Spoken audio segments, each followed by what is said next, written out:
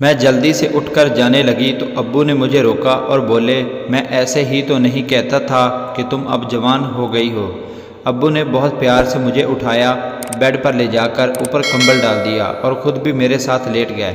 مجھے بہت شرم آ رہی تھی، سوچ رہی تھی اب کیا کروں، لیکن تب تک ابو اپنا کام شروع کر چکے تھے۔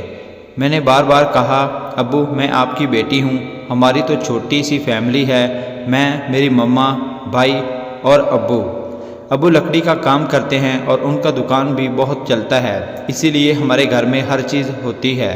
میرا گھر گاؤں میں ہے، گاؤں کے سارے لڑکے میرے دیوانے ہیں، کیونکہ میں بہت خوبصورت اور نازک لڑکی ہوں، مگر جتنی خوبصورت ہوں اتنی ہی معصوم بھی ہوں۔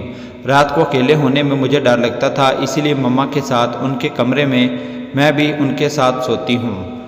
میرے ابو ہمیشہ مما سے کہتے تھے کہ اب ہماری بیٹی جوان ہو گئی ہے، اس کی شادی کر دینی چاہیے۔ یہ سن کر میں شرماتی تھی۔ دسمبر کی لمبی سرد راتیں تھیں، مما اور بھائی میرے کزن کی شادی پر گئے ہوئے تھے۔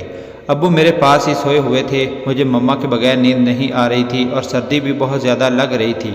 میں سوچ رہی تھی کہ ہیٹر چلا لوں تاکہ سردی کچھ کم ہو جائے اور کمرہ بھی گرم ہو جائے گا۔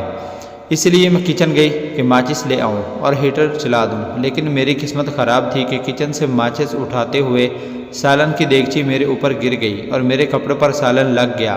مجھے بہت غصہ آ رہا تھا، ایک تو سردی بہت زیادہ تھی، اوپر سے سالن بھی میرے کپڑوں پر گر گیا۔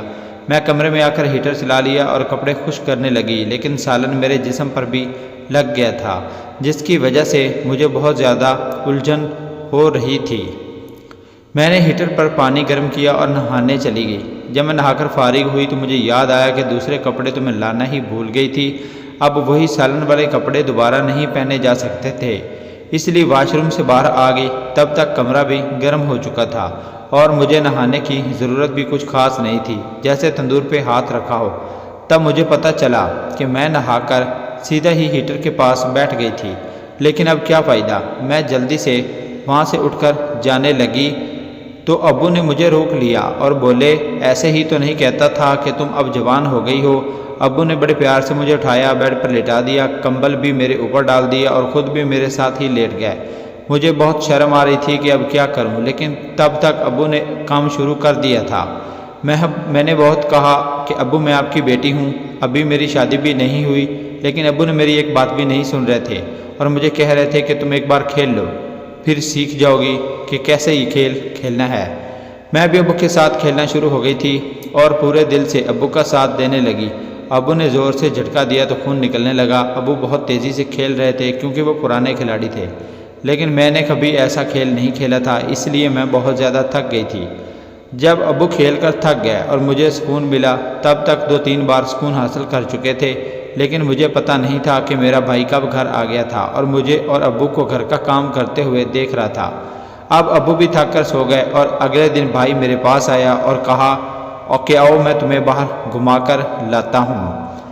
میں رات کو ابو کی وجہ سے بہت تھک گئی تھی، اس لیے میں نے انکار کر دیا اور ابو اور بھائی کے لیے ناشتہ بنانے لگ گئی۔ ناشتہ کر کے ابو دکان پر چلے گئے تو بھائی نے مجھے کہا کہ الماری سے میرے کپڑے نکال کر استری کر دو۔ میں بھائی کے کپڑے نکالنے کے لیے جب میں الماری کے پاس جھکی تو بھائی نے اپنا ہاتھ میرے کندھے پر رکھ دیا۔ میں نے کہا، بھائی یہ کیا کر رہے ہو؟ تو بھائی نے کہا کہ میں رات کو گھر آیا تھا اور تم نے ابو کے ساتھ جو گھر کے کام کروائے وہ میں نے سب کچھ دیکھ لیے ہیں۔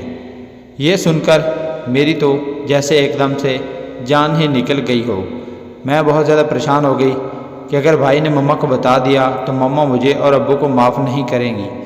مجھے پریشان دیکھ کر بھائی نے کہا کہ میں ایک شرط پر کسی کو نہیں بتاؤں گا، بس اگر تم مجھے بھی سکون دو اور رات کو مما کے کمرے میں نہیں بلکہ میرے کمرے میں سو جاؤ۔